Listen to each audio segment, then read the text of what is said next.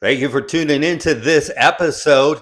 And we are talking about real estate investing. Specifically, in this episode, we're talking about flipping properties.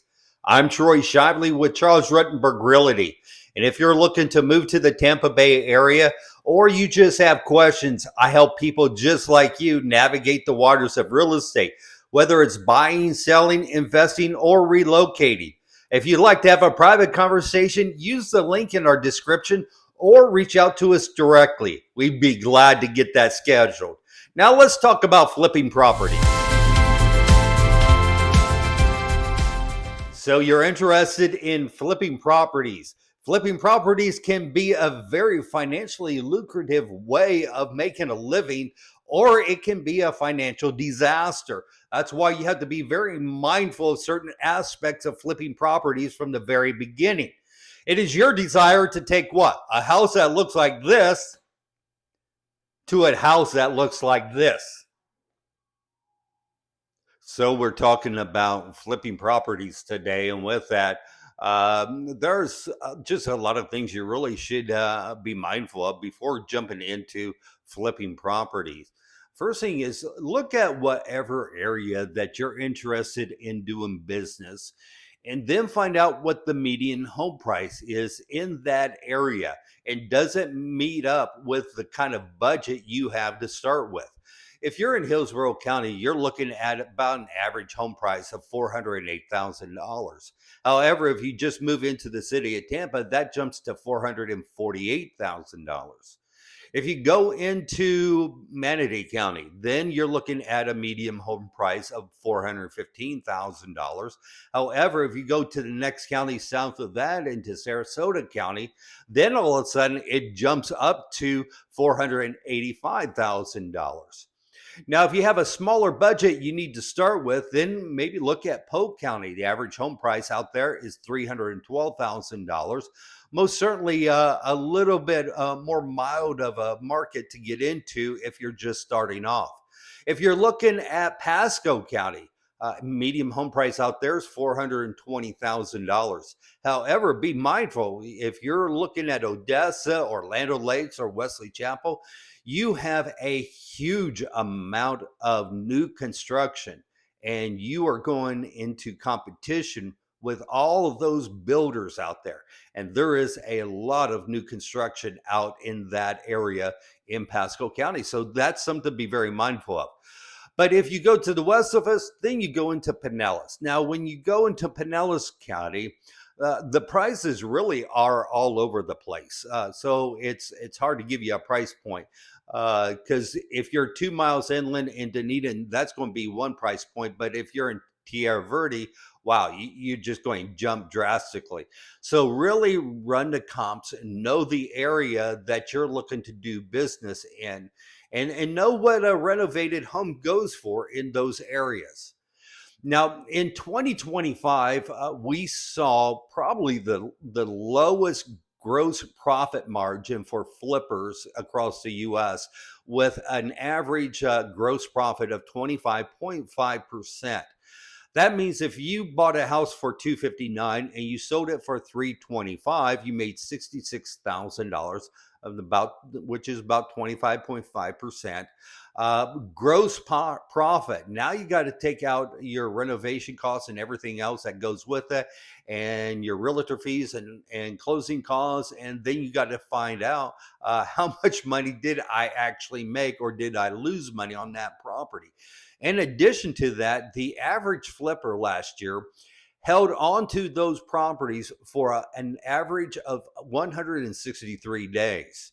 So you got to think, if you're going to hang on to a property that long, do you have the liquidity to be able to do that? Now, jumping into flipping, let's look at 5 basic rules just to be mindful of before you jump into this market. Now, flipping houses, remember, it can be very lucrative, it can be very rewarding, it can be a great career, but it is also something where you can lose a lot of money really fast if you are not mindful of some things. So, rule number one, make sure that you protect your acquisition. What does that mean? It means that You cannot overpay for a house ever. You really have to run the comps in that area, be obsessive with it, and never overpay for a property. You need to negotiate as low as possible on any property you are looking to acquire, and make sure you don't overpay, because really the main area where you will make your profit is in your purchase price. So you're going to have your renovation costs and things of that nature and sell price, and those kind of may stay the same no matter what. The one thing where you can increase your profit better than anywhere else is in the acquisition of the property. So be very mindful of that. The next area is don't over improve. We've seen this happen where people are not mindful of what a house will go for, a renovated house will go for in a particular area, and they over renovate. They put too much money in it. The house may look fantastic, but it will never appraise in that particular neighborhood, just because there is a ceiling in any area. Uh, a property will only go for so much, it will only appraise for so much. So make sure that you are very mindful. Do not over improve a house. It can come to a point you're putting lipstick on a pig. So be really mindful of that. Rule number 3, time is your enemy. Remember, the average day flippers held on to a property last year was 163 days. You need to get that thing renovated, and you need to then price it properly from day one. Do not overprice it. It's just going to sit there and you're going to lose money. Price it in accordance with the market, sell it fast, jump onto your next deal. After that, run your holding costs. I cannot express how important this is. Yeah, this is not the work that's fun or enjoyable to do. This is where you have to sit down with your pencil and paper, and if people still use pencil and paper, I guess, and really know exactly how much money you are losing every day.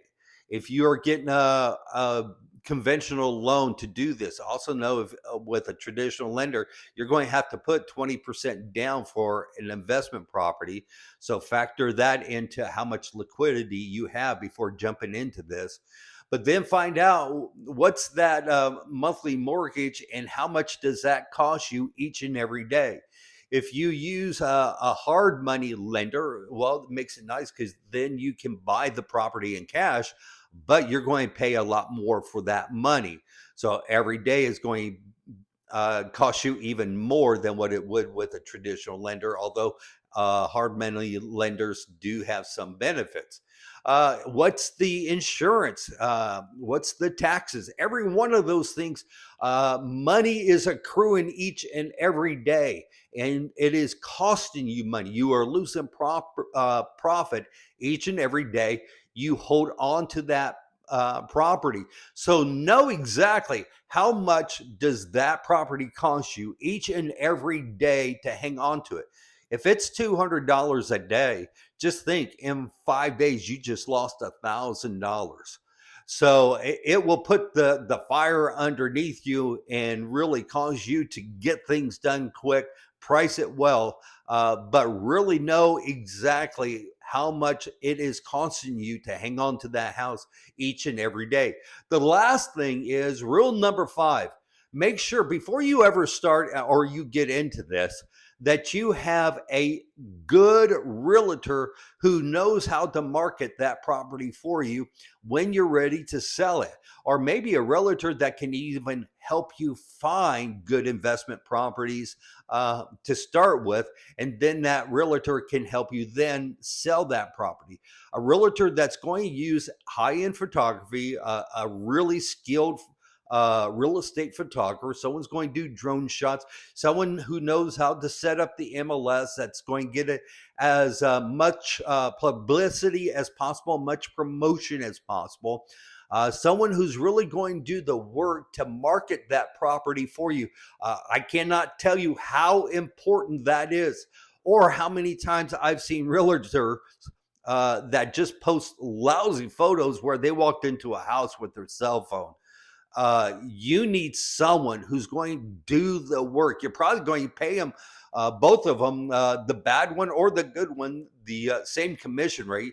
So make sure you get a really excellent qualified realtor to work with you who's going to do the work. We actually, after doing the high end photography, we make sure that when we even lay out the photos in the MLS, we actually walk the people through the house from the front door to the rooms, just step by step. So as they're going through the photos, they can actually get a feel for what it is to walk through those houses.